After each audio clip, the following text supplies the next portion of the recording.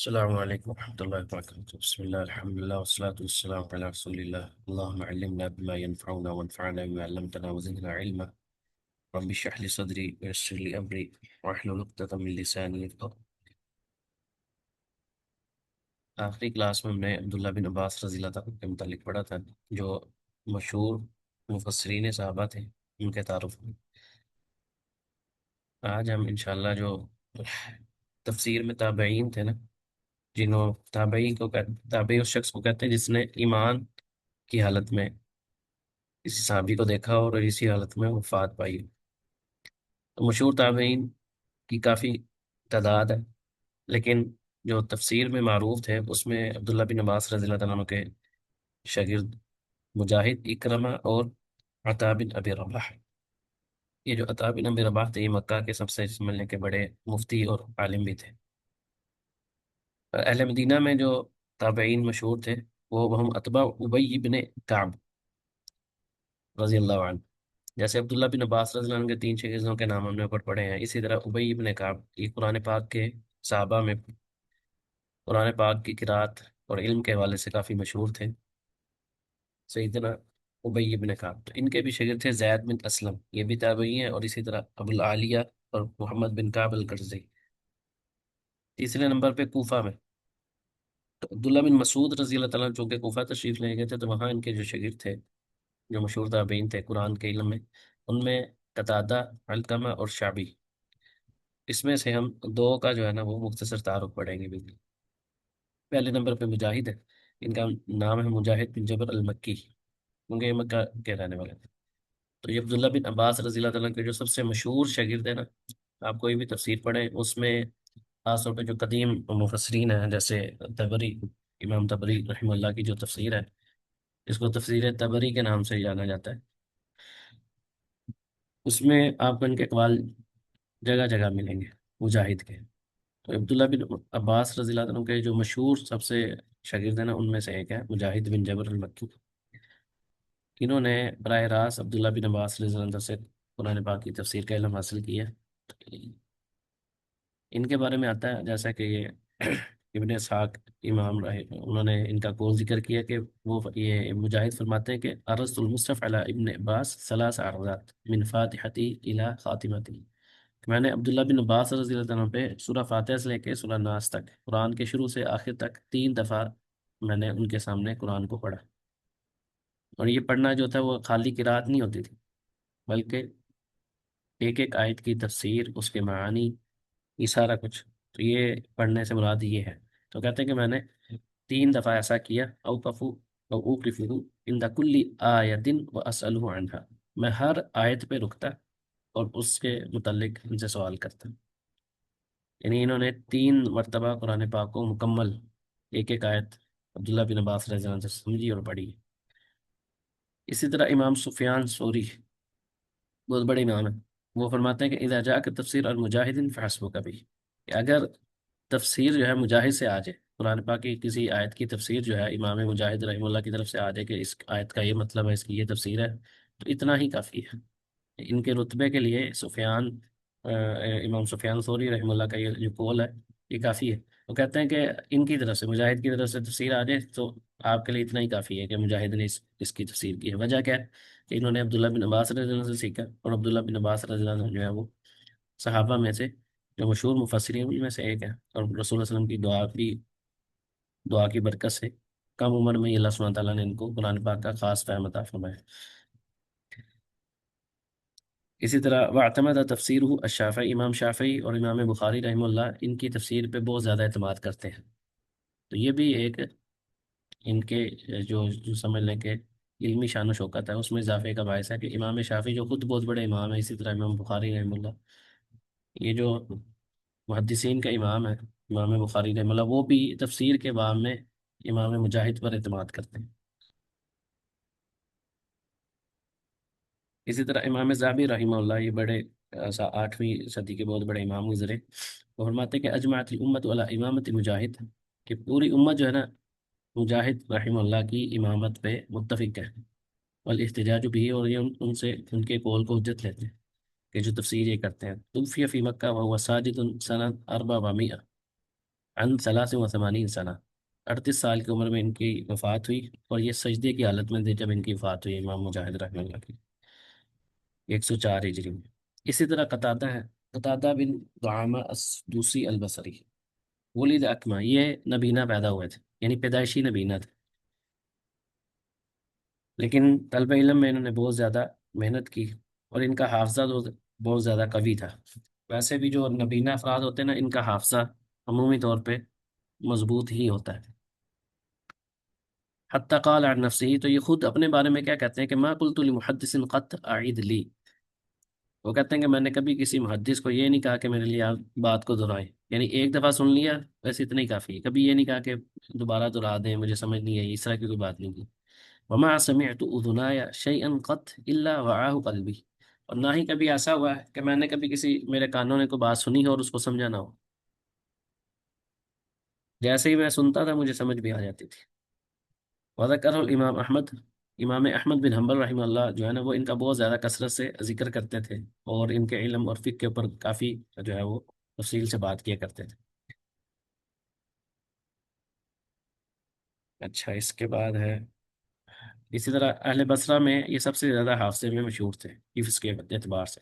اسی طرح فرمایا لم یسمع شیئا الا حفظہ، جس چیز کو بھی سنتے اس کو حفظ کر لیتے۔ توفی فی وسط سنت 17 و 100، 117 ہجری میں فوت ہوئے، اور ان کی جو عمر تھی وہ 56 سال تھی۔ تو یہ مشہور جو ہے نا وہ تابعین تھے، ان کا ہم نے مختصر تعارف پڑھا۔ اب چلتے ہیں قرآن پاک محکم اور متشابہ آیات۔ محکم اور متشابہ، اس کی تفصیل آگے آئے گی کہ محکم کیا ہوتا ہے اور متشابہ سے کیا مراد ہے۔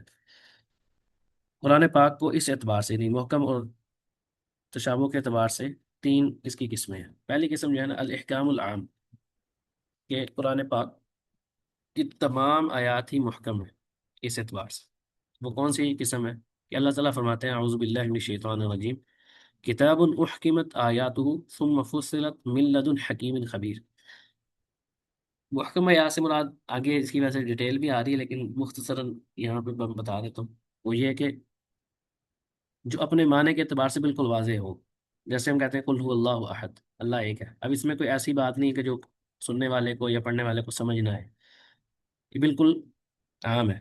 یا حکمت کے اعتبار سے کہ یہ اللہ سبحانہ تعالیٰ کی طرف سے کتاب الحکیم، جیسے آگے آ بھی رہا ہے الف لام را تلک آیات الکتاب الحکیم، کہ یہ ایسی کتاب ہے جو حکمت سے بھرپور ہے۔ تو یہاں پہ حکیم جو ہے نا معنی، وہ حکمت کے اس میں بھی آتا ہے، لیکن یہاں پہ محکم کے معنی میں ہے، ٹھیک ہے۔ وَإِنَّهُ فِي أُمِّ الْكِتَابِ لَدَيْنَا لَعَلِيٌّ حَكِيمٌ، اور یہ ہمارے پاس ام الکتاب، لدینا ہمارے پاس ہے، لعلی الحکیم جو بلند مرتبہ اور محکم ہے۔ محکم سے مراد ہے کہ اپنے معنی کے اندر بالکل یعنی کمال کو پہنچی ہوئی۔ ومعنى هذا الاحکام الاتقان والجودہ، اب یہاں پہ اس کی مزید تفسیر یا معنی بیان کیا جا رہا ہے کہ احکام یا محکم سے مراد کیا ہے ان آیات کا، قرآن پاک کی تمام آیات کا محکم ہونے سے کیا مراد ہے؟ الاتقان والجودہ فی الفاظہ و معانیہ، اپنے الفاظ اور معانی کے اعتبار سے مضبوط اور انتہائی عمدہ۔ تو اس اعتبار سے قرآن پاک کی ساری جو آیات ہیں وہ ساری کی ساری انتہائی مضبوط دلیل کے طور پہ بھی ہیں اور عمدہ بھی ہیں۔ فہو فی غایت الفصاحت والبلاغہ، اور وہ فصاحت و بلاغت کی کمال کو پہنچی ہوئی ہے، یعنی اس میں کسی قسم کی کوئی کمی نہیں ہے۔ جیسے کہ کہتے ہیں فلاں شخص بڑا فصیح اور بلیغ ہے، تو قرآن پاک کی ہر آیت ہی فصیح اور بلیغ، فصاحت اور بلاغت کی انتہا کو پہنچی ہوئی ہے۔ اخبار کلھا صدق نافع، تو یہاں پہ یہ جو جتنا بھی ہم لفظ پڑھ رہے ہیں نا، یہ اوپر ہم نے لفظ پڑھا نا الاحکام، محکم آیات محکم ہے، تو محکم آیات سے مراد جو معنی عام ہے قرآن پاک کا، اس سے کیا مراد ہے کہ قرآن پاک کی ہر آیت ہی فصاحت و بلاغت میں انتہا کو پہنچی ہوئی ہے۔ تمام خبریں جو قرآن پاک میں ہیں ساری کی ساری سچی اور مفید ہے، یہ مطلب ہے محکم کا، یہ معنی عام ہے۔ آگے اس کا الگ سے بھی ایک معنی آ رہا ہے جو خاص ہوگا۔ لیس فیہا کذب، اس میں کوئی جھوٹ نہیں ہے، ولا تناقض، تو جتنی بھی آیات ہیں ساری کی ساری کیا ہیں؟ سچی ہیں، کسی میں کوئی جھوٹ نہیں ہے، نہ ہی آپس میں کسی قسم کا کوئی اختلاف ہے۔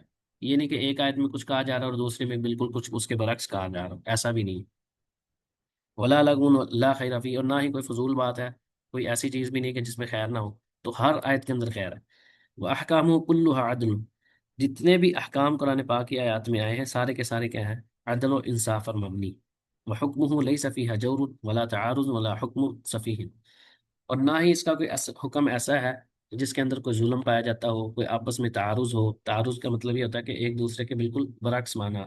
ایسا بھی نہیں ہے، ایک دوسرے کی مخالفت نہیں ہے. ولا حکم صفین، اور نہ ہی یہ کوئی ایسا حکم ہے جو بالکل فضول ہو، بے وقوفا نہ ہو. ٹھیک ہے. اس اعتبار سے کیا ہے، یہ حکم احکام العام اس کو کہتے ہیں، محکمہ ہے. دوسرا جو ہے وہ ہے تشابہ. تشابہ کا مطلب ہوتا ہے ایک دوسرے سے ملتا جلتا، لیکن اس کا ایک خاص معنی بھی ہے تشابہ کا، جیسے ہم آگے تفصیل پڑھیں گے. لیکن یہاں پہ چونکہ ابھی ہم نے پہلے محکم عام پڑھا ہے، اب تشابہ عام پڑھنے جا رہے ہیں. دوسری جو قسم ہے وہ کیا ہے، التشابہ العام الذی وصف بالقرآن او وصف بالقرآن کلو. کہ قرآن پاک میں سارے کے سارے قرآن کو تشابہ بھی کہہ کے ایک دوسرے سے ملتی جلتی آیات ہے. کس اعتبار سے، جیسے ابھی ہم نے اوپر پڑھا ہے کہ فصاحت و بلاغت ہے، تو ہر آیت میں فصاحت و بلاغت پائی جاتی ہے. تو اس اعتبار سے ایک آیت دوسری آیت سے مشابہ ہے، سچی ہونے کے اعتبار سے مشابہ ہے، فصاحت و بلاغت کے اعتبار سے مشابہ ہے، اور اسی طرح حکمت سے بھرپور ہے، عدل و انصاف سے بھرپور ہے. کوئی حکم ایک دوسرے سے مخالف نہیں ہے. تو اس اعتبار سے کیا ساری کیا ہیں، ایک دوسرے سے ملتی جلتی ہیں.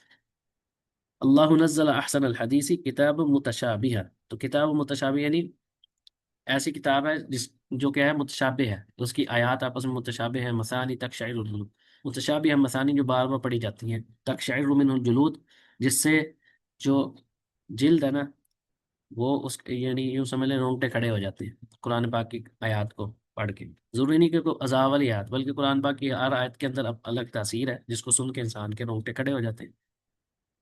الذین یخشون ربہم، کن لوگوں کے رونگٹے کھڑے ہوتے ہیں، جو اپنے رب سے ڈرتے ہیں. ہر کسی کے نہیں ہوتے، کسی کے وہ پورا قرآن پڑھیں کوئی اثر نہیں ہوتا، لیکن دوسری طرف جو اللہ سے ڈرنے والے لوگ ہیں ان کے رونگٹے کھڑے ہو جاتے. ثم تلین جلودہم وقلوبہم الی ذکر اللہ، ان کی جلدیں اور دل جو ہے نا نرم پڑ جاتے ہیں اللہ کے ذکر کی طرف.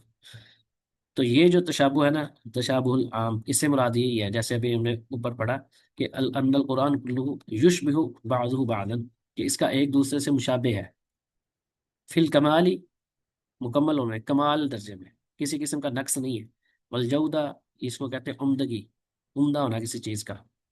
والغایات الحمیدہ، اور بہترین مقاصد ہے. ساری آیات کا مقصد بھی بہترین ہوگا. ہر آیت اس اعتبار سے ایک دوسرے کے مشابہ ہے، کمال درجے کو پہنچی ہوئی ہے، عمدہ ہے، بہترین ہے. تو اس اعتبار سے ساری آیات کیا ہیں، ایک دوسرے کے مشابہ ہیں. ولو کان من عند غیر اللہ لوجدوا فی اختلافا کثیرا، کہ اگر یہ اللہ کے علاوہ کسی اور کا کلام ہوتا تو پھر کیا ہونا تھا، لوجدوا فی اختلافا کثیرا، تو پھر اس میں بہت زیادہ اختلاف ہونا تھا. کیونکہ یہ ایک رب العزت کی طرف سے ہے، ایک ذات کی طرف سے ہے، اس میں اختلاف نہیں ہے. زیادہ جتنے لوگ ہوتے ہیں ان میں اختلاف بڑھتا جاتا ہے. تو اس کلام کے ایک اللہ کی طرف سے ہونے میں اس کی ایک دلیل یہ بھی ہے کہ اس میں اختلاف نہیں ہے. تو اس اعتبار سے جو قرآن پاک کی آیات ہیں نا وہ ملتی جلتی ہیں. ایک ہے النوع الثالث، تیسری جو قسم ہے نا وہ ہے، جو اصل ہمارا موضوع ہے نا، وہ یوں سمجھ لیں کہ یہیں سے یہ تیسری جو قسم ہے نا، اس پہ اصل ہمارا مقصد ہے بات کرنا. باقی جو اوپر ہے وہ عمومی بات کی گئی. الاحکام الخاص ببعضہ، التشابہ الخاص ببعضہ، کہ بعض آیات کا محکم ہونا اور بعض کا متشابہ ہونا. اب یہاں پہ جو تشابہ ہے نا، اس کے اوپر ہم بات کریں گے. جو اصل یہ ہمارا آج کا موضوع ہے وہ یہی ہے کہ هو الذی انزل علیک الکتاب منہ آیات محکمات ہن ام الکتاب. اللہ تعالیٰ فرماتے ہیں هو الذی، وہی ذات ہے جس نے انزل، نازل کیا، علیہ کا آپ پر، الکتاب، کتاب کو، منہ آیات محکمات، اس میں سے بعض آیات کیا ہیں، محکم آیات ہیں. ہن ام الکتاب، وہی اصل کیا ہے، بنیاد والی کتاب ہے، اصل وہی ہے. ٹھیک ہے. وہ اخر متشابہات، اور بعض کیا ہیں، متشابہ آیات ہیں. تو یہ جو بات ہے نا، یہ احکام خاص اور تشابہ خاص کی بات ہو رہی. فاما الذین فی قلوبہم، بس جن لوگوں کے دلوں میں زیغ، ٹیڑھ پن ہے، کجی ہے، بیماری کہہ لیں، فیتبعون، تو وہ پیروی کس کی کرتے ہیں، ما تشابہ منہ، جو قرآن پاک کی متشابہ آیات ہیں نا ان کے پیچھے بھاگتے ہیں، جن کا معنی ہر کسی کو نہیں پتا، واضح نہیں ہے. جیسے الف لام را، اب اس کا مطلب ہمیں نہیں پتا. الف لام میم حروف مقطعات ہے، تو بعض لوگ ان کے پیچھے بھاگ رہے ہوتے ہیں. اسی طرح قرآن پاک کی کچھ آیات ہیں، جیسے آگے ہم مثالیں پڑھیں گے، تو ان کا سارا زور ایسی آیات کے پیچھے ہوتا ہے جن کا معنی جو ہے نا وہ واضح نہ ہو. واضح سے مراد ہے کہ ہر آدمی اس کو نہیں سمجھ سکتا ہے، اور نہ ہر بندے کو سمجھ میں آنے والی کچھ آیات ایسی ہیں قرآن پاک کے اندر. کو ہر اس کی کیفیت کا ہمیں نہیں پتا ہوتا، معنی بعض کا پتا ہوتا ہے لیکن اس کی کیفیت کیا ہوگی اس کا نہیں پتا ہمیں، جیسے جنت ہے جہنم ہے، تو ہمیں یہ تو پتا کہ جنت ہے لیکن کیسی ہے اس کے بارے میں حدیث میں آ گیا کہ ہم اس کو، وہ ایسی جنت کی نعمتیں ہیں جن کو نہ کسی آنکھ نے دیکھا ہے نہ کسی کان نے ان کے بارے میں سنا اور نہ ہی کسی کے دل میں خیال گزرا ہے۔ تو جب یہ ایسی کیفیت ہے ان نعمتوں کی، تو کوئی بندہ بھی جتنا مرضی زور لگا لے اس کو سمجھ نہیں سکتا کہ وہ کیسی ہوں گی۔ تو یہ تو دنیاوی جنت یعنی جو اللہ نے جنت بنائی ہے اس کا معاملہ ہے۔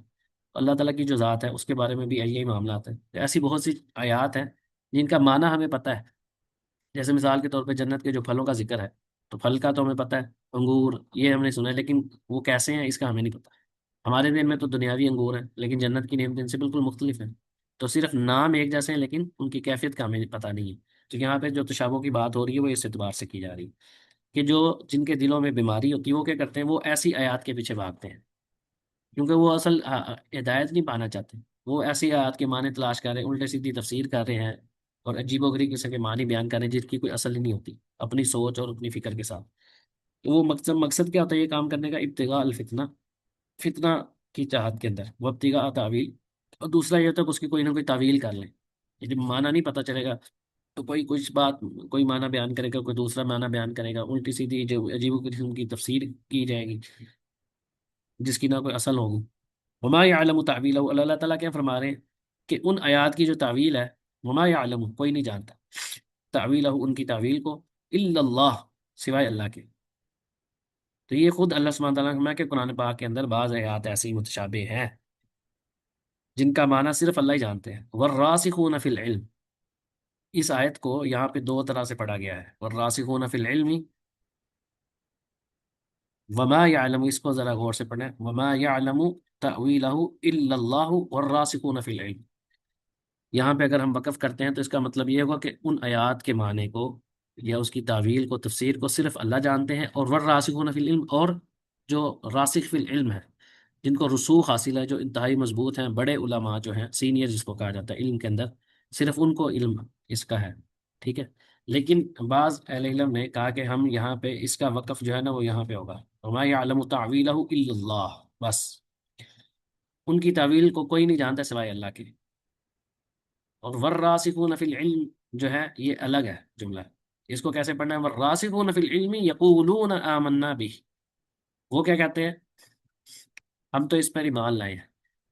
جو علمی رسوخ حاصل جن کو اللہ تعالیٰ نے علم دیا نا، وہ کیا کہتے ہیں کہ یقول والراسخون فی العلم یقولون آمنا بہ، ہم تو اس پر ایمان لائے، کل من عند ربنا، محکم آیات ہوں یا متشابہ ہوں ہم تو سب پہ ایمان لے کر آئے، کیوں، کل من عند ربنا، یہ تو ساری کی ساری ہمارے رب کی طرف سے ہے، تو ہم نے ایمان لانا ہے ہماری سمجھ میں آئے یا نہ آئے، جس کی سمجھ آ گئی الحمدللہ، جس کی نہیں سمجھ آئی پھر بھی ہم تو اس کے اوپر ایمان لا رہے ہیں کہ بھئی اللہ کی طرف سے ہے، تو ساری کی ساری کیا ہے، محکم ہو یا متشابہ ہو، یہ اللہ تعالیٰ کی طرف سے ہے، ہمیں اس کی سمجھ آ گئی ہے، ٹھیک ہے۔ اب حروف مقطعات ہے، کسی کو دنیا میں نہیں پتا کہ اس کا اصل مطلب کیا ہے، لوگوں نے بڑی کوشش کی ہے، بعض علماء نے اس کے اوپر کتابیں بھی لکھی، اس سے مراد یہ ہو سکتا ہے یہ ہو سکتا ہے، ساری بے دلیل باتیں، اندازے ہیں، تو جس چیز کا پتہ ہی نہیں ہے اس کے بارے میں اصل کیا ہے، اہل علم جو ہے وہ کیا کہتے ہیں، کل من عند ربنا، یہ ساری کی ساری کیا ہے، ہمارے رب کی طرف سے، وما یذکر الا اولو الالباب، اور نہیں نصیحت کرتے الا اولو الالباب سوائے عقل والوں کے۔ تو یہاں پہ جو احکام ہے اس سے کیا مراد ہے، ومعنى هذا الاحکام ان يكون معنى الآیت واضحا جلیا، تو یہاں پہ احکام سے مراد کیا ہے کہ آیت جو ہے نا اپنے معنی کے اعتبار سے بالکل واضح ہو، جیسے میں نے مثال شروع میں بھی دی تھی کہ قل هو اللہ احد، اللہ ایک ہے، اب اس میں کوئی سمجھنے میں مشکل ہے نہیں، لا خفا فی، اس میں کسی قسم کی کوئی پوشیدگی نہ ہو، کوئی راز نہ ہو، کوئی ایسا مطلب نہ ہو کہ جو چھپا ہوا معنی ہو، مثل قول تعالی یا ایھا الناس، اے لوگو، انا خلقناکم، ہم نے تم کو پیدا کیا، من ذکر و انثی، مرد اور عورت سے، وجعلناکم، اور ہم نے تم کو بنایا، شعوبا و قبائل لتعارف، ہم نے مختلف تمہارے قوم کے قبیلے بنائے، مقصد کیا، تاکہ تم ایک دوسرے کا تعارف حاصل کرو، ایک دوسرے کے تعارف کے لیے جو ہے نا وہ قومیں اور قبیلوں میں تمہیں بانٹ دیا۔ اب اس آیت کا کوئی ایسا معنی نہیں ہے کہ اس کے ہٹ سے کوئی الگ سے معنی کیا جائے، ضرورت ہی نہیں ہے، بالکل آیت اپنے معنی کے اندر واضح ہے۔ اسی طرح دوسری مثال دی ہے کہ یا ایھا الناس اعبدوا، اے لوگو تم عبادت کرو، ربکم، اپنے رب کی، الذی، جس نے، خلقکم، تم کو پیدا کیا، والذین من قبلکم لعلکم تتقون، اور جو تم سے پہلے تھے ان کو بھی اللہ نے پیدا کیا، وجہ کیا ہے، لعلکم تتقون، تاکہ تم تقوی والے بنیں۔ اب یہ بالکل اپنی آیت جو ہے اپنے معنی میں بالکل واضح ہے، کسی قسم کا اس کا معنی جو ہے وہ ایسا نہیں ہے جو چھپا ہو، جس کو سمجھنے میں دشواری ہو۔ وَأَحَلَّ اللَّهُ الْبَيْعَ وَحَرَّمَ الرِّبَا، یہ سورہ بقرہ کی آیت ہے جس میں اللہ تعالیٰ نے کہا کہ ہم نے خرید و فروخت کو، بیع کو حلال کیا اور ربا کو حرام کر دیا، سود کو حرام کرا دیا۔ حرمت علیکم المیتۃ والدم ولحم الخنزیر وما اہل لغیر اللہ بہ، اللہ سبحانہ تعالیٰ نے کیا فرمایا کہ تم پر مردار کو حرام کر دیا، خون کو، خنزیر کے گوشت کو، وما اہل لغیر اللہ بہ، اور جو بھی اللہ کے علاوہ، جس کا اللہ کے علاوہ جو دوسروں کو ناموں کے ذبح کیے جاتے ہیں، یا جو بھی نظر و نیاز ہوتی ہے، ان سب چیزوں کو اللہ تعالیٰ نے کیا کر دیا؟ حرام قرار دیا۔ تو یہ معنی کے اعتبار سے بالکل واضح ہے، اور قرآن میں کثرت ہے ایسی ہے، یہاں پہ صرف چند مثالیں ذکر کی۔ اب یہ جو تشابہ خاص ہے، اس کی مثالیں کیا ہے؟ یہ آگے آئے گی، اور یہی یوں سمجھ لیں کہ آج کی کلاس کا جو سب سے اہم جو نقطہ ہے نا، وہ یہیں سے شروع ہوتا ہے۔ ان یکون معنی الآیت مشتبہا خفیا، کہ آیت جو ہے نا وہ کیا ہو؟ مشتبہ ہو، یعنی اس کا معنی واضح نہ ہو، اس کا جو معنی ہے وہ ایک تو واضح نہ ہو، ہر کسی کو سمجھ آنے والا نہ ہو، جیسے ہم نے اوپر پڑھا بھی ہے۔ بحیث یتوہم منہ الواہم، کس اعتبار سے؟ کہ جو وہم کرنے والا نا، وہ وہم میں مبتلا ہو جائے اس آیت کو پڑھ کے، ما لا یلیق باللہ، یعنی یا اللہ کے بارے میں وہم کا شکار ہو جائے، او کتابی، یا کتاب کے بارے میں، او رسول ہی، یا رسول وسلم کے بارے میں، ویفہم منہم العالم الراسخ فی العلم خلاف ذلک، جبکہ جو راسخ فی العلم لوگ ہیں نا، وہ اس کا کچھ اور معنی لے رہے ہوں، اور یہ جو وہم میں مبتلا ہونے والا شخص ہے یہ کچھ اور ہی معنی لے رہا ہوں۔ اس بات کی جو سمجھ ہے نا وہ آگے ہے، جب ہم مثال پڑھیں گے تو پھر آئے گی۔ پہلی مثال ہے کہ فیما یتعلق باللہ سبحانہ وتعالی، اللہ سبحانہ تعالیٰ کے بارے میں کون سی بات ہے جس کے بارے میں انسان جو ہے نا وہم کا شکار ہو سکتا ہے، جس کے دل میں کجی ہے یا کم علم بنتا ہے، تو وہ کیسے شکار ہو جاتا ہے؟ یہ سورہ مائدہ کی آیت ہے، بل یداہ مبسوطتان، یہ اللہ سبحانہ تعالیٰ کے بارے میں ہے۔ جب یہودیوں نے کہا نا کہ اللہ تعالیٰ بخیل ہے، نعوذ باللہ، ہم جو ہے نا، تو اللہ تعالیٰ نے کہا کہ بل یداہ مبسوطتان، اللہ تعالیٰ کے دونوں ہاتھ جو ہے نا کیا ہے؟ وہ کھلے ہوئے ہیں۔ ان اللہ یدینی، ان للہ یدینی مماثلتین لایدی المخلوقین، اب جو وہم میں مبتلا ہونے والا بندہ نا، وہ جب اللہ تعالیٰ کے ہاتھوں کے بارے میں وہ سنتا ہے یا پڑھتا ہے، تو وہم میں مبتلا ہو جاتا ہے کہ اللہ تعالیٰ کے بھی ہاتھ جو ہے نا مخلوق جیسے ہیں، کیونکہ اس کے ذہن کے اندر تو مخلوق کے ہاتھ ہی ہے نا، جیسے میں نے ابھی مثال دی کہ جنت کے اندر جو پھلوں کا ذکر ہے، انگور کا ذکر ہے، کیلے کا ہے، دیگر جو، تو انسان کے ذہن میں کیا آتا ہے فٹافٹ؟ جو ہمارے پاس دنیاوی پھل ہے نا، ہم سمجھتے ہیں ایسا ہی ہے، حالانکہ ایسا نہیں ہے، جنت کی نعمتیں بالکل مختلف ہیں۔ حدیث میں واضح طور پہ ہے کہ ما لا عین رأت ولا اذن سمعت ولا خطر علی قلب بشر، کہ وہ ایسی نعمتیں جن کے بارے میں نہ کسی آنکھ نے دیکھا، نہ کسی کان نے سنا، نہ کسی کے دل میں خیال گزرا، تو یہ تو مخلوق ہے، جنت ظاہری بات اللہ کی مخلوق ہے نا، تو مخلوق کے اندر بھی اللہ تعالیٰ کی بعض ایسی چیزیں ہیں جن کے بارے میں ہم ان کی کیفیت کا اندازہ ہی نہیں لگا سکتے کہ کیسے ہوں گے، تو خود اللہ سبحانہ تعالیٰ کی ذات کے بارے میں کون کیسے کر سکتا ہے کہ جب اللہ تعالیٰ نے کہا کہ میری مثل کوئی چیز ہے ہی نہیں؟ لیکن جس کے دل میں کجی ہوتی ہے وہ کہتا ہے لو جی اللہ کے ہاتھ بھی ہیں، اچھا ٹھیک ہے، ہاتھ تو ہیں، یہ تو ثابت ہو گیا، تو پھر کیا کرتے ہیں؟ پھر وہ پریشان ہو جاتا ہے کہ کیا اللہ کے ہاتھ جو انسانوں جیسے ہیں، کس فلاں چیز سے ایسے ہیں، تو یہاں پہ آ کے وہ وہم کا شکار ہو جاتا ہے اور الٹی سیدھی تفسیریں کرنا شروع کر دیتے ہیں، وہی سمجھتا ہے کہ اللہ تعالیٰ کے ہاتھ میں مخلوق جیسے ہیں، تو یہاں سے ہی کام خراب ہوتا ہے۔ جیسے بعض لوگوں نے ید کا لفظ جو ہے نا، یہ قرآن پاک میں آیا، تو آپ ہمارے معاشرے میں اگر آپ دیکھیں، ترجمہ پڑھیں نا قرآن پاک کا، تو بعض ترجمہ کرنے والوں نے قوت مانا کیا ہوتا ہے، قدرت، یہاں پہ اللہ کے ہاتھ کا ذکر آتا ہے، کیوں؟ کیونکہ وہ اللہ کے ہاتھ کا انکار کرتے ہیں، وہ کہتے ہیں کہ یہ تو انسان کے ساتھ مشابہت ہو جائے گی، مخلوق کے ساتھ مشابہت ہو جائے گی اگر ہم نے یہ مان لیا کہ اللہ تعالیٰ کا ہاتھ ہے۔ یہ عقیدے سے ریلیٹڈ بڑا مشہور مسئلہ ہے، اللہ تعالیٰ کا جو توحید ربوبیت ہے، توحید الوہیت ہے، اور توحید اسماء و صفات، تو توحید کی اقسام میں جو تیسری قسم ہے اسماء و صفات، اس سے ریلیٹڈ یہ مسئلہ ہے کہ بعض لوگ یہ سمجھتے ہیں کہ اگر ہم نے یہ مان لیا کہ اللہ تعالیٰ کے ہاتھ ہیں، تو یہ نعوذ باللہ جو ہے وہ مخلوق کے ساتھ مشابہت ہو جائے گی یا مماثلت ہو جائے گی، تو اللہ تعالیٰ کی ایک دم مثل کوئی چیز ہی نہیں، لہذا انہوں نے انکار ہی کر دی، ان کے ہمیں نہیں پتہ ہے اللہ کے ہاتھ ہے، وہ کیا کرتے ہیں؟ ید سے مراد اللہ کی قدرت ہے، یعنی یہ ایک ایسی تعویل یا ایسی تفسیر کرتے ہیں جس کی کوئی اصل ہی نہیں ہے، اور وہ اس غلط فہمی کا شکار ہو گئے کہ اگر ہم نے یہ ید کا معنی اللہ تعالیٰ کا ہاتھ لے لیا تو وہ مخلوق سے مشابہ ہو جائے گا، کیونکہ مخلوق کے بھی ہاتھ ہے، لیکن یہ لوگ اگر اس کا انکار کر دیتے ہیں لیکن یہ تو مانتے ہیں نا کہ اللہ تعالیٰ کی ذات ہے، تو کیا ہم جو مخلوق ہے وہ اس کی ذات نہیں ہے؟ مخلوق کی بھی ذات ہے۔ یہ تو سارے مانتے ہیں کہ اللہ تعالیٰ زندہ ہے، ہاں جی زندہ ہے، تو ہم بھی زندہ ہیں؟ ہم زندہ نہیں ہیں؟ اللہ تعالیٰ نے قرآن پہ کیا کہا ہے؟ حی القیوم، حی کا مطلب کیا ہوتا ہے؟ زندہ، تو مخلوق بھی زندہ ہے۔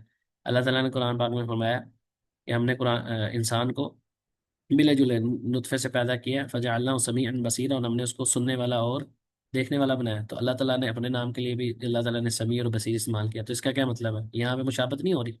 اس پہ یقین رکھتے ہیں؟ ان سے پوچھیں کہ اللہ تعالیٰ زندہ ہے؟ ہاں جی زندہ ہے جی۔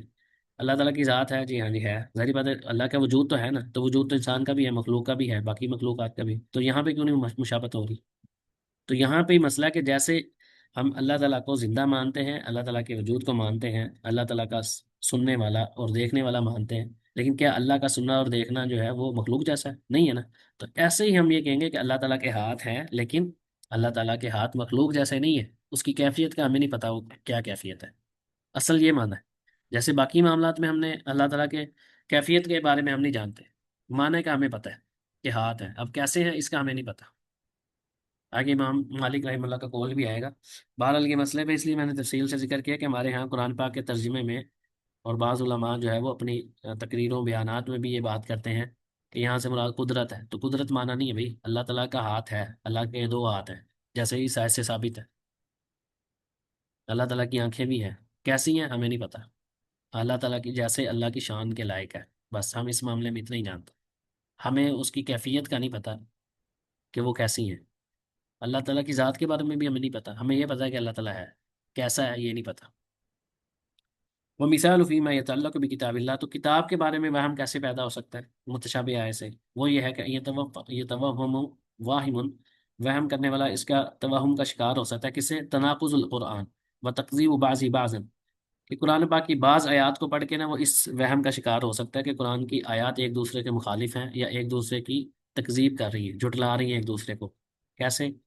اللہ تعالیٰ فرماتے ہیں ما اصابک من حسنۃ، جو بھی تمہیں اچھائی پہنچتی ہے، فمن اللہ، تو وہ اللہ کی طرف سے ہے، وما اصابک من سیئۃ، جو تمہیں برائی پہنچتی ہے، فمن نفسک، کو تمہارے نفس کی طرف سے۔ ٹھیک ہے، اس آیت میں تو یہ آ گیا۔ دوسری آیت کیا ہے؟ وَيَقُولُ فِي مَوْضِعٍ آخر، دوسری جگہ پہ اللہ تعالیٰ فرماتے ہیں وَإِن تُصِبْهُمْ حَسَنَةٌ، اگر تمہیں کوئی اچھائی پہنچے، يَقُولُوا هَذِهِ مِنْ عِنْدِ اللَّهِ، تو وہ کیا کہتے ہیں؟ یہ اللہ کی طرف سے ہے۔ وَإِن تُصِبْهُمْ، اور اگر تمہیں کوئی مصیبت پہنچتی ہے، سیئۃ، وَإِن تُصِبْهُمْ سیئۃ، اگر تمہیں کوئی تکلیف یا پریشانی، برائی پہنچتی ہے تمہیں، تو یقول حاضی، وہ کیا کہتے ہیں؟ حاضی من عندی، کی تمہاری وجہ سے ہے۔ یہ رسول اللہ علیہ وسلم کے بارے میں کہتے تھے، جب ان کو کوئی اچھی خبر ملتی ہے، اچھی چیز ملتی ہے، تو کہتے ہیں یہ تو اللہ کی طرف سے ہے، اور جب کوئی بری تکلیف دہ چیز پہنچتی ہے تو کہتے ہیں یہ تو تمہاری طرف سے ہے، تمہاری وجہ سے ہوئی۔ ابھی اس آیت سے بظاہر تو یہی لگ رہا ہے نا۔ اب اللہ تعالیٰ فرماتے ہیں قل کل من عند اللہ، یہ کہاں پہ ہے؟ یہ ساری کی ساری، چاہے اچھائی ہو یا برائی ہو، کہاں سے آ رہی ہے؟ ہر چیز اللہ کی طرف سے۔ اب یہاں پہ اللہ سبحانہ تعالیٰ نے کیا کہا؟ کل کل من عند اللہ، لیکن یہاں پہ کیا فرمایا اور دوسری آیت میں وما اصابک من سیئۃ فمن نفسک، جو برائی پہنچی ہے وہ تمہارے نفس کی طرف سے ہے۔ اب یہاں جو بندہ کم علم ہے یا توہم کا شکار ہے، جس کے دل میں کجی ہے، یا کم علم ہے، یا ویسے اپنی جہالت کی وجہ سے وہ کیا سمجھتا ہے کہ قرآن کی آیات میں تعارض آ گیا، ایک دوسرے کی مخالفت آ گئی۔ ایک جگہ اللہ تعالیٰ فرما رہے ہیں کہ تمہارے نفس کی جو تمہیں کچھ پریشانی پہنچتی ہے وہ تمہاری وجہ سے پہنچتی ہے، اور دوسری طرف اللہ تعالیٰ فرما رہے ہیں کل کل من عند اللہ، آپ فرما دیجئے کہ ہر چیز اللہ کی طرف سے ہے، دونوں چیزیں، چاہے حسنہ پہنچے یا سیئہ پہنچے، یہ تو اللہ کی طرف سے۔ اوپر اللہ سبحانہ تعالیٰ دوسری آیت میں کہہ رہے ہیں کہ تمہاری طرف سے، تو یہ تو تعارض ہو گیا۔ تو اس کا، یہ وہ آیات ہیں جن کی طرف سے انسان جو ہے وہ کتاب اللہ کے اندر شک کا شکار ہو جاتا ہے۔ اسی طرح آگے ہم رسول اللہ صلی اللہ علیہ وسلم کے، اب ان کے جواب ہم آگے پڑھیں گے کہ اس آیت کا اصل مطلب کیا ہے، جو اہل علم اور راسخ فی العلم نے اس کا معنی لیا وہ کیا ہے۔ وَمِثَالُهُ فِيمَا يَتَعَلَّقُ برسول اللہ، تو رسول اللہ صلی اللہ علیہ وسلم کے بارے میں شک کا کس طرح شکار ہو جاتا ہے؟ وہ یہ ہے کہ فَإِن كُنْتَ فِي شَكٍّ مِّمَّا أَنزَلْنَا إِلَيْكَ، اگر آپ شک میں ہیں اس چیز کے بارے میں جو ہم نے آپ کی طرف اتاری ہے، فَاسْأَلِ الَّذِينَ يَقْرَؤُونَ الْكِتَابَ، تو بس آپ ان سے پوچھیں جو قرآن کی اپنا کتاب کو پڑھتے ہیں، من قبلک، آپ سے پہلے، یعنی جو اہل کتاب ہے ان سے پوچھیں۔ اب انسان اس کو پڑھ کے شک کا شکار ہے کہ رسول اللہ صلی اللہ علیہ وسلم خود شک کا شکار ہے، اللہ تعالیٰ نے یہ فرمایا کہ اگر آپ شک کا شکار ہیں اس چیز کے بارے میں جو ہم آپ پہ نازل کر رہے ہیں، تو اہل کتاب سے پوچھ لیں جو کتاب پڑھنے والے لوگ ہیں، تو اس سے وہم کا شکار ہو سکتا ہے۔ لقد جاءک الحق من ربک فلا تکونن من الممترین، کہ بے شک آپ کے رب کی طرف سے حق آ گیا، آپ شک کرنے والوں میں سے نہ ہو، اور رسول اللہ صلی اللہ علیہ وسلم کو مخاطب کیا جا رہا ہے، تو اس کا کیا مطلب ہے؟ نعوذ باللہ رسول اللہ صلی اللہ علیہ وسلم جو ہے وہ وحی کے بارے میں شک کا شکار تھے؟ نہیں، لیکن ایک عام آدمی جو ہے اس آیت سے یہ مطلب لے سکتا ہے، وہم کا شکار ہو سکتا ہے۔ تو اس آیت کا ظاہری جو معنی ہے وہ کیا ہے؟ ان النبی صلی اللہ علیہ وسلم کان شاکا فیما انزل الیہ، ظاہری معنی یہی ہے کہ رسول اللہ صلی اللہ علیہ وسلم اللہ کی طرف سے جو نازل ہوتا تھا اس میں شک کا شکار ہے، اس آیت کا ظاہری معنی۔ تو یہ ظاہری معنی یہاں پہ بولے، یہ وہ آیات ہیں جو متشابہ ہیں، جس میں عام آدمی جو ہے وہ ہم کا شکار ہو جاتا ہے۔ تو اس کا جواب کیا ہے؟ وہ اب راسخون فی العلم، اس کا جو موقف ہے وہ کیا ہے، وہ ہم پڑھتے ہیں۔ ان موقف الراسخین فی العلم من المتشابہ وموقف الزائغین منہ بین اللہ سبحانہ وتعالی فقال فی الزائغین، کہ جو جن کے دلوں میں کجی ہے، ٹیڑھ پن ہے، وہ کیا کرتے ہیں؟ فَأَمَّا الَّذِينَ فِي قُلُوبِهِمْ زَيْغٌ فَيَتَّبِعُونَ مَا تَشَابَهَ مِنْهُ ابْتِغَاءَ الْفِتْنَةِ وَابْتِغَاءَ تَأْوِيلِهِ وقال في الراسخين في العلم، والراسخون في العلم يقولون آمنا به كل من عند ربنا، یہ اوپر ہم پڑھ چکے ہیں، تفصیل اس کی میں نے کر دی تھی۔ فالزائغون يتخذون من هذه الآيات المتشابهات مشتبہات، متشابہ نہیں، مشتبہات وسیلۃ للطعن فی کتاب اللہ، اور جن کے دلوں میں ٹیڑھ پن ہوتا ہے نا، وہ ان آیات کو کس لیے لیتے ہیں؟ وہ طعن و تشریح کے لیے لیتے ہیں کہ اسلام کے اندر تو یہ ہے، قرآن کے اندر یہ ہے، وہ ہے، وہ فتنۃ الناس عنہ، اور لوگوں کو فتنے میں مبتلا کرنے کے لیے، ان سے دور کرنے کے لیے کرتے ہیں، اور وتعویلہ لغیر ما اراد اللہ بہ، اور ایسی تفسیر، ایسا معنی بیان کرتے ہیں جو اللہ تعالیٰ کا ارادہ، اللہ تعالیٰ نے، اللہ اس کی مراد نہیں ہوتی، بلکہ وہ اپنی طرح سے الٹا سیدھا معنی بیان کر کے لوگوں کو فتنے میں مبتلا کرتے ہیں۔ فیضلون ویضلون، وہ خود بھی گمراہ ہوتے ہیں اور لوگوں کو بھی گمراہ کرتے ہیں۔ جبکہ جو راسخون فی العلم ہے وہ کیا کہتے ہیں؟ فیؤمنون بان ما جاء فی کتاب اللہ تعالی فهو حق، جو بھی اللہ کی طرف سے ہے وہ حق ہے، ولیس فی اختلاف ولا تناقض لانه من عند اللہ، اس میں کسی قسم کا کوئی اختلاف نہیں ہے، وجہ کیا ہے کہ یہ اللہ کی طرف سے ہے۔ تو یہی اللہ تعالیٰ نے اپنے بارے میں بیان کیا کہ اگر یہ اللہ کے غیر کی طرف سے ہوتا، غیر اللہ کی طرف سے ہوتا، تو اس میں آپ بہت زیادہ اختلاف پاتے۔ اب اس کی ہم اوپر جو ہم نے 3 آیات پڑھی ہیں اس کے اوپر ہم دیکھتے ہیں کہ وہ، ایک منٹ، 3 جو آیات پڑھی وہ ان کے بارے میں اہل علم کیا کہتے ہیں۔ تو پہلی جو مثال ہم نے اللہ تعالیٰ کے ہاتھوں کے بارے میں پڑھی تھی، تو ہم اس کے بارے میں کہتے ہیں کہ اللہ تعالیٰ کے حقیقی ہاتھ ہیں، 2 ہاتھ ہیں، لیکن جیسے اس کی شان کے لائق ہے، بس ہم یہ بات کہہ کے سکون میں آ جاتے ہیں، ہمیں ضرورت نہیں معنی بیان کرنے کی۔ لیکن وہ اللہ کے جو ہاتھ ہیں وہ مخلوق جیسے نہیں ہے، کیوں؟ کیونکہ اللہ تعالیٰ نے خود فرمایا 25واں پارہ سورہ شورى لیس کمثلہ شیء، کہ اس کے مثل کوئی چیز نہیں ہے، وہو السمیع البصیر، وہ سننے والا، خوب سننے والا اور خوب دیکھنے والا ہے۔ تو اس آیت کے اندر لیس کمثلہ شیء، اللہ تعالیٰ نے معنی واضح کر دیا کہ اللہ سبحانہ تعالیٰ کی مثل کوئی چیز نہیں، لیکن خاطر ہی کیا کر دیا کہ وہ سمیع البصیر بھی ہے، دیکھنے والا بھی ہے، سننے والا بھی ہے۔ تو سننے والا تو انسان بھی ہے، دیکھنے والا انسان بھی ہے، تو کیا انسان کا دیکھنا اور اللہ کا دیکھنے کا جیسا ہے؟ نہیں ہے نا۔ تو اسی طرح جیسے اللہ کا دیکھنا اور سننا ہم سے الگ ہے، مختلف ہے، اسی طرح اللہ سبحانہ تعالیٰ کے جو ہاتھ ہیں وہ ہے تو صحیح ہے، آنکھوں کا ذکر ہے، ہاتھوں کا ذکر ہے، پنڈلی کا ذکر ہے، اور اللہ تعالیٰ کی جو صفات قرآن پاک میں آئی ہیں وہ کیسی ہیں ہمیں نہیں پتا، کیوں؟ کیونکہ لیسا کمثلہ شیء، ٹھیک ہے۔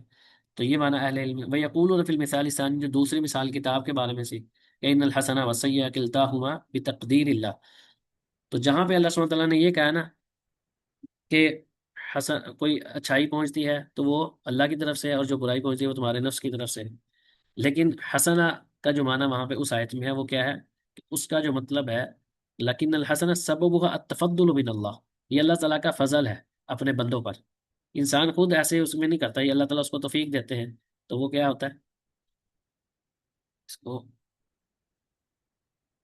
اللہ سبحانہ تعالیٰ کا فضل ہے اپنے بندوں پہ۔ وَأَمَّا السَّيِّئَةُ فَسَبَبُهَا فِعْلُ الْعَبْدِ، جو برائی پہنچتی ہے نا وہ بیسیکلی اس کا جو وجہ بنتی ہے نا، ایک ہے کسی چیز خیر کا آپ کو ملنا، آپ تک کسی خیر کا پہنچنا جو ہے نا، اس کا اور کوئی سبب نہیں ہوتا سوائے اس کی کہ اللہ تعالیٰ آپ پہ اپنا فضل کرتے ہیں، کیونکہ انسان ہے، انسان جتنی مرضی بھی نیکیاں کر لے اللہ کا حق تو نہیں ادا کر سکتا، تو یہ اللہ تعالیٰ کا فضل ہوتا ہے کہ انسان کے اوپر کوئی خیر پہنچتی ہے، لیکن جو اس کو تکلیف پہنچتی ہے وہ اس کے اپنے ہی کسی کام کی وجہ سے، غلطی کی وجہ سے اس کو پہنچتی ہے، اس کا جو اصل وجہ ہوتی ہے نا اس برائی کے پہنچنے کی، وہ اس کا کوئی فعل ہوتا ہے۔ تو جس آیت میں اللہ تعالیٰ نے یہ فرمایا نا کہ جو خیر پہنچی وہ اللہ کی طرف سے، اور جو کوئی برائی یا تکلیف پہنچتی ہے وہ تمہارے نفس کی طرف سے، تو نفس کی طرف سے مراد یہ ہے، ہوتی وہ بھی اللہ کی طرف سے، لیکن اس کا جو سبب ہوتا ہے نا وہ انسان کا اپنا فعل ہوتا ہے، یہ مراد ہے اس آیت کے اندر، ٹھیک ہے۔ جیسے اللہ تعالیٰ فرماتے ہیں وما اصابکم من مصیبت فبما کسبت ایدیکم ویعفو عن کثیر، کہ جو بھی تمہیں مصیبت پہنچتی ہے وہ تمہارے اپنے ہاتھوں کی کمائی ہے، ویعفو عن کثیر، اور وہ بہت سی چیزوں کو تو وہ معاف کر دیتا ہے، تو جو وہ اکثر کو تو اللہ تعالیٰ معاف کر دیتے ہیں، درگزر کرتے ہیں۔ اسی طرح فاضافت السیئات الی العبد من اضافت الشیء الی سببہ، تو بندے کی طرف برائی کا نسبت کرنا اس کی وجہ کو بیان کرنا ہے کہ اس کی وجہ سے ایسا ہوا، یہ نہیں ہے کہ وہ اس بندے کی طرف سے آ رہی ہے، وہ اللہ کی طرف سے رہی ہے، لیکن وجہ انسان کا اپنا فعل بنا ہے، تو اس ایسے یہ مراد ہے۔ لیکن جہاں پہ اللہ تعالیٰ نے کہا کہ کل من عند اللہ، کہ ہر اللہ کی طرف سے ہر چیز، تو وہاں پہ اس کو مقدر کرنے والا یعنی جو تقدیر لکھنے والی ذات ہے وہ کون ہے؟ کس کے حکم پہ تقدیر لکھی گئی ہے؟ اصل جو مقدر ہے وہ کون ہے؟ اللہ تعالیٰ کی طرف، تو وہاں پہ اسے مراد اللہ سبحانہ تعالیٰ کی ذات ہے۔ جہاں پہ حسنہ اور سیاح کی نسبت اللہ کی طرف ہے، تو وہاں پہ یہ ہے کہ یہ برائی ہو یا اچھائی ہو، یہ اللہ تعالیٰ نے لکھی دی ہے۔ سمجھ آ رہی بات؟ اس ایسے مرادی ہے۔ تیسرا جو نبی کریم صلی اللہ علیہ وسلم کے شک کے بارے میں، کہ نبی کریم کے اللہ کے اس میں شک میں تھے، تو ایسا کوئی ایسا معاملہ نہیں ہے، بلکہ نبی کریم صلی اللہ علیہ وسلم سے تو ایسا کوئی معاملہ ہوا ہی نہیں، بل ہوا عالم الناس اقواہم یقینا، بلکہ جو سب سے زیادہ علم رکھنے والے اور سب سے زیادہ پختہ یقین والے تھے۔ تو اللہ سبحانہ تعالیٰ نے قل یا ایھا الناس ان کنتم فی شک من دینی فلا اعبد الذین تعبدون من دون اللہ، جیسے یہ آیات ہیں جن میں پتہ چلتا ہے کہ رسول اللہ علیہ وسلم شک کا شکار نہیں تھے۔ ہمارے پاس چونکہ ٹائم بالکل ہی کم رہ گیا ہے، 1 منٹ رہ گیا، اس کی ہم آگے کچھ مثالیں پڑھ لیتے ہیں۔ جیسے اللہ تعالیٰ نے کہا کہ کل ان کان للرحمن ولد فانا اول العابدین، کہ اگر اللہ کے لیے، رحمان کے لیے کوئی بیٹا اولاد ہوتی تو میں سب سے پہلے اس کی عبادت کرتا۔ تو یہاں مثال دی جا رہی ہے کہ اگر اولاد ہوتی تو سب سے پہلے تو عبادت میں کرنے والا ہوتا۔ جب میں عبادت نہیں کر رہے، سے مطلب ہے کہ اللہ کی اولاد نہیں ہے، تو یہ مراد ہے کہ ان کیس اگر تم شک کرو تو ان سے پوچھ لو، یہ یہاں پہ یہ مراد ہے، یہ نہیں کہ اللہ رسول اللہ صلی اللہ علیہ وسلم خود جو ہے نا وہ شک کا شکار ہے، نعوذ باللہ من ذالک۔ تو یہ آگے کچھ آیات انہوں نے مزید دی ہیں، جس سے پتہ چلتا ہے کہ یہاں پہ دیگر آیات بھی ایسی ہیں جس سے یہ مطلب نہیں کہ ویسا ہوا ہے، بلکہ جیسے کہتے ہیں کہ اگر آپ کو یہ ہے تو ایسے کر لو، تو اس کا مطلب یہ نہیں کہ آپ واقعی اس میں شک میں ہیں، ایسا نہیں ہے۔ تو یہاں پہ بھی اللہ سبحانہ تعالیٰ نے اپنی اولاد کے بارے میں کہ رسول اللہ فرماتے ہیں کہ اگر اللہ کی رحمان کی اولاد ہوتی تو سب سے پہلے میں اس کی عبادت کرتا ہے، تو اس کا مطلب ہے اولاد نہیں ہے، تو اللہ کے رسول نے عبادت کی بھی نہیں ہے۔ تو اس کا مطلب یہ تو نہیں ہے کہ اس آیت سے کوئی بندہ ہے کہ یہ اللہ رحمان کی اولاد ہے، نعوذ باللہ من ذالک۔ تو اسی طرح یہاں پہ جو شک کی بات کی گئی ہے وہ اس اعتبار سے کی گئی۔ تو بہرحال ہمارا ٹائم جو ہے بالکل ختم ہو گیا۔ اللہ تعالیٰ سے دعا ہے کہ اللہ سبحانہ تعالیٰ ہمیں ٹھیک معنوں میں سمجھ کر اس پر عمل کرنے کی توفیق عطا فرمائے۔ اس سے آگے ہم تشابہ کی مزید جو ہے نا کچھ انواع اقسام پڑھیں گے، دو جو ہے ان کے بارے میں اگلی کلاس میں ملنا پڑیں گے۔ سبحانک اللہم و بحمدک، نشہد ان لا الہ الا انت، نستغفرک و نتوب الیک۔ صلی اللہ علی نبینا محمد وعلی آلہ وصحبہ اجمعین، والسلام علیکم ورحمۃ اللہ وبرکاتہ۔